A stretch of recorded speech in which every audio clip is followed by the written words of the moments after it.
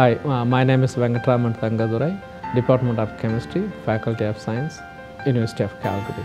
My group specifically working on the development of novel solid-state electrolytes and electrodes could be used in the next generation batteries and fuel cells.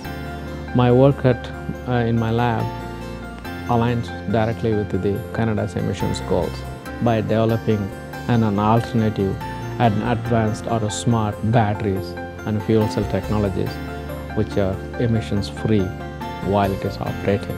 There are a couple of things I could bring for my inspirations. So the first one is my teachers who really paved the path for my success, and they showed me who I am and what I can capable of doing it. And second, my family, my wife, my children, they really keep me very active and engaged and inspired me to do the work which I'm trying to do.